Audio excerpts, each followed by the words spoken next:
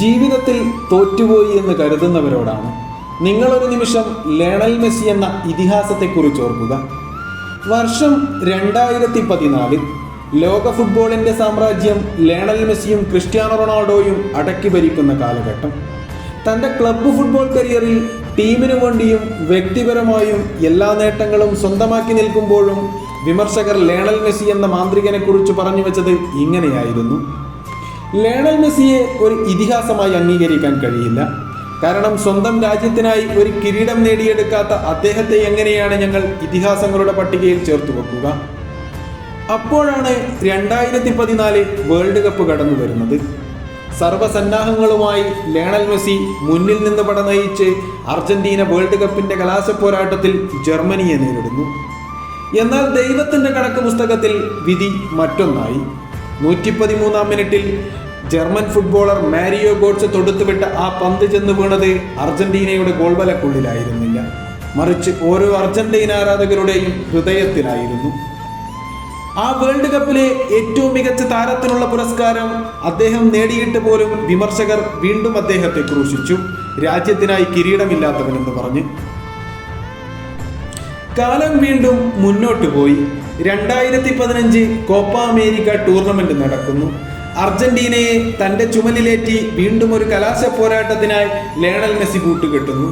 എന്നാൽ അവിടെയും അദ്ദേഹത്തിന് കാലിടറി. അർജന്റീന ചിലിയോട് പരാജയപ്പെടുന്നു. ഒരു വർഷത്തിനപ്പുറം 2016 കോപ്പ അമേരിക്ക ഫൈനലിൽ അർജന്റീനയും മെസ്സിയും വീണ്ടും ചിലിയോട് പരാജയപ്പെടുന്നു. അങ്ങനെ തുടർച്ചയായി 3 കലാശ പോരാട്ടങ്ങളിൽ പരാജയം ഏറ്റുവാങ്ങേണ്ടി വന്ന ലയണൽ മെസ്സിയെ ഒരു കൂട്ടർ ഇങ്ങനെ വിമർശിച്ചു: നിങ്ങളെ ഒരിക്കലും ഒരു ഇതിഹാസമായി അംഗീകരിക്കാൻ കഴിയില്ല.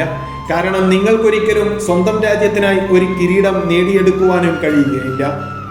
അങ്ങനെ സകല പാപഭാരങ്ങളും തൻ്റെ ചുമലിലേറ്റിക്കൊണ്ട് ലയണൽ മെസ്സി ഒരു പ്രഖ്യാപനം നടത്തുന്നു: ഞാൻ എൻ്റെ ഇന്റർനാഷണൽ ഫുട്ബോൾ കരിയർ ഇവിടെ അവസാനിപ്പിക്കുന്നു.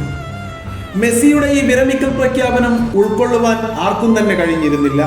അങ്ങനെ ലയണൽ മെസ്സിയെ സ്നേഹിക്കുന്ന ഒരു ജനത അദ്ദേഹത്തിന്റെ തിരിച്ചുവരവിനായി പ്രാർത്ഥിച്ചു. ഒരു രാജ്യത്തിന്റെ മുഴുവൻ പ്രതീക്ഷകളും തൻ്റെ ചുമലിലേറ്റിക്കൊണ്ട് ലയണൽ മെസ്സി എന്ന മാന്ത്രികൻ വീണ്ടും അർജന്റീനയുടെ ഐതിഹാസികമായ ജേഴ്സി ധരിക്കുന്നു. പിന്നീട് നടന്നത് ചരിത്രമാണ്. രാജ്യത്തിനായി ഒരു കിരീടം നേടിക്കൊടുക്കാതെ ഇതിഹാസമായി അംഗീകരിക്കാൻ കഴിയില്ല എന്ന് പറഞ്ഞവർക്ക് മുന്നിൽ വേൾഡ് കപ്പ് ഉൾപ്പെടെ തുടർച്ചയായി 4 കിരീടങ്ങൾ അർജന്റീനയ്ക്ക് നേടിക്കൊടുത്തുകൊണ്ട് ഇതിഹാസങ്ങളിലെ ഇതിഹാസമായി മാറുകയായിരുന്നു ലയണൽ മെസ്സി. ഇനി വിമർശകരോട് ഒരു വാക്ക്: നിങ്ങൾക്ക് അദ്ദേഹത്തെ വിമർശിച്ചു കൊണ്ടേയിരിക്കാം. പക്ഷേ പരസ്യമായി നിങ്ങൾ വിമർശിക്കുമ്പോഴും രഹസ്യമായി അദ്ദേഹത്തെ നിങ്ങൾ ആരാധിക്കുന്നുണ്ട് എന്ന് ഞങ്ങൾക്കറിയാം. കാരണം ലോകം കണ്ട എക്കാലത്തെ മികച്ച കാൽപന്തു കളിക്കാരനെ, ലോക ഫുട്ബോളിന്റെ മിശിഹയെ നിങ്ങൾക്കെങ്ങനെയാണ് ഇഷ്ടപ്പെടാതിരിക്കാൻ കഴിയുക? അതെ, the one and only got Lionel Messi.